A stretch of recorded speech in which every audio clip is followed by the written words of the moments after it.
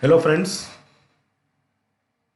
Today, our topic of discussion is on loan moratorium announced by RBI 2 months before as well as last month. There is a lot of confusion among the borrowers whether to take the moratorium or not.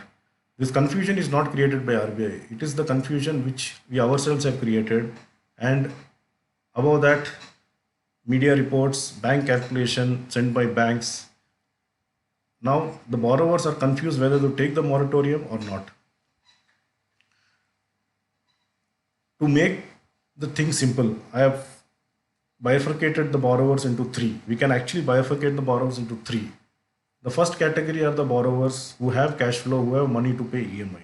For them, it is simple, don't take any moratorium, pay the EMI, continue paying the EMI, there is no confusion.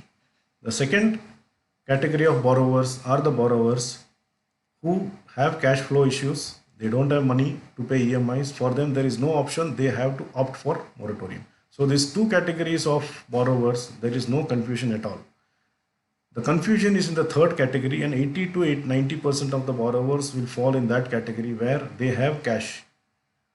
But the cash, they have to choose whether to pay EMI or to meet the expenses. Since there is a cash flow issue for everybody, so choosing between an EMI and the expense is a very important decision which a borrower has to take. And most of them are getting confused because of the interest and so many information which they are getting from media and from banks. So we thought we'll clarify a bit. We hope we can clarify, and you'll be clear after this session. To start with, as everybody is aware, in the month of March 27, 2020, RBI came with a circular where they gave the moratorium for all the borrowers from 1st March 2020 to 31st May 2020. The first confusion came from here. Since it was announced on 27th March 2020, everybody thought it is from April to June. But actually, this circular applies from any EMI falling between 1st March 2020 to 31st May 2020. Such EMIs are eligible for a moratorium.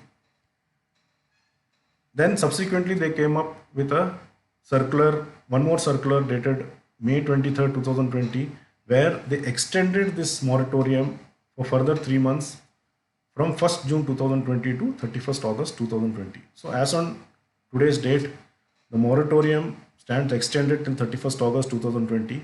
So any loan which is due from 1st March 2020 to 31st August 2020 can avail this option of moratorium. Now, what kind of loans are applicable for this moratorium? All the loans, whether it is term loan, agriculture loan, loan from any bank, NBFCs, housing finance, all kinds of loans from all kinds of institutions are eligible for this facility. Whether working capital is also applicable? Yes, working capital also comes under this scheme.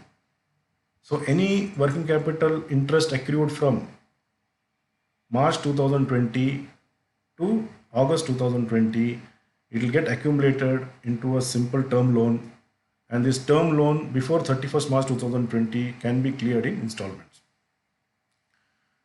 Now, to understand this, let us take a small example. This is a hypothetical, approximate example. Suppose there is a loan of 10 lakh rupees, interest rate is 10%. There is a EMI of 10,000 rupees which you pay. Loan tenure originally was 20 years, you paid 5 years. There is a balance tenure of 15 years. There is a moratorium period of 6 months which you don't pay now. Suppose you don't pay the EMI from March till August. So 6 months, 60,000, 10,000 rupees each you don't pay. So 60,000 you don't pay. Now you don't pay till the end. So what happens is 60,000 amount becomes 2,11,592 because of accumulation of interest. There is a compounding interest on 60,000, 10%. It keeps on accumulating every year. So in 15 years, this amount becomes 2,11,592.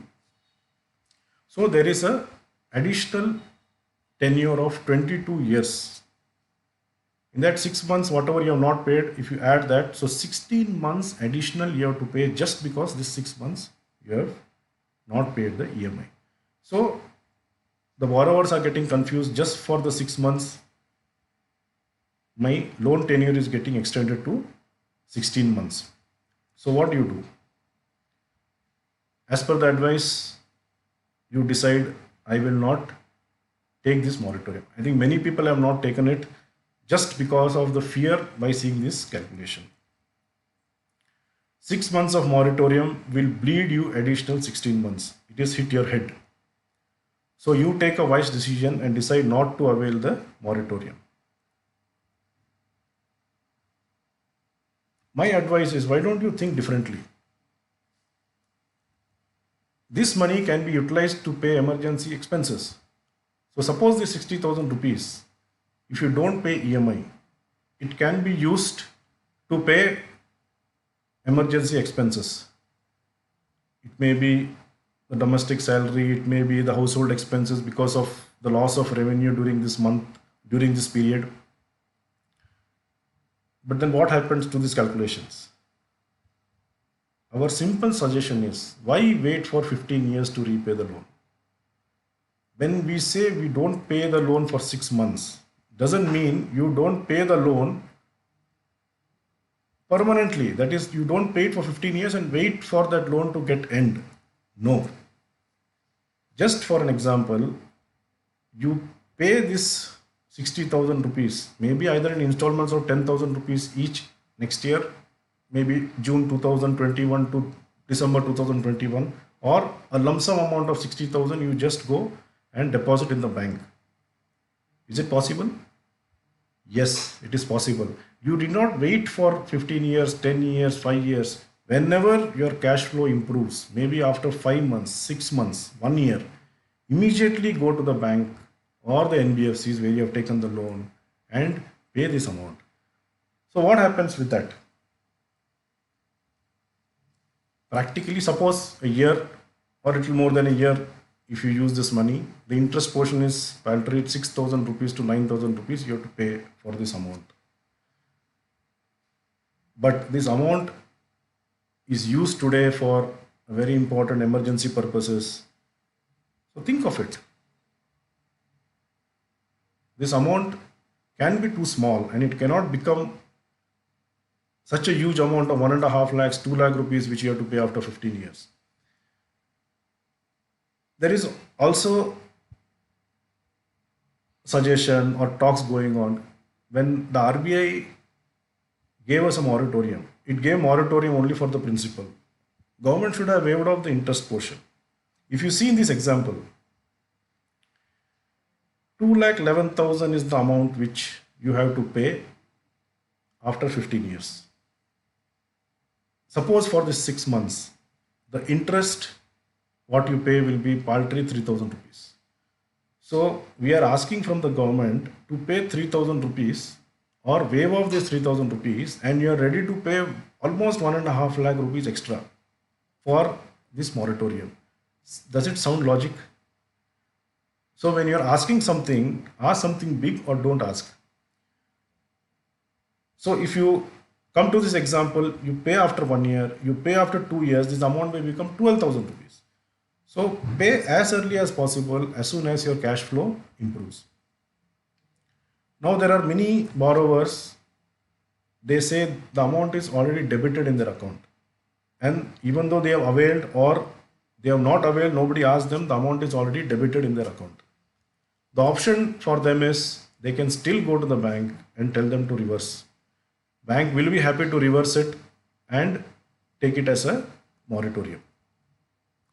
I hope you understood. Okay, it is not okay, if you don't pay this amount in this 6 months, you never have to pay. You have to pay as early as you pay. Your interest comes down. So use the money wisely, think wisely. If you require the money today for some emergency purposes or other purpose which is very useful or very important for you, use that. Utilize this opportunity given by RBI. That is my suggestion. I thank you.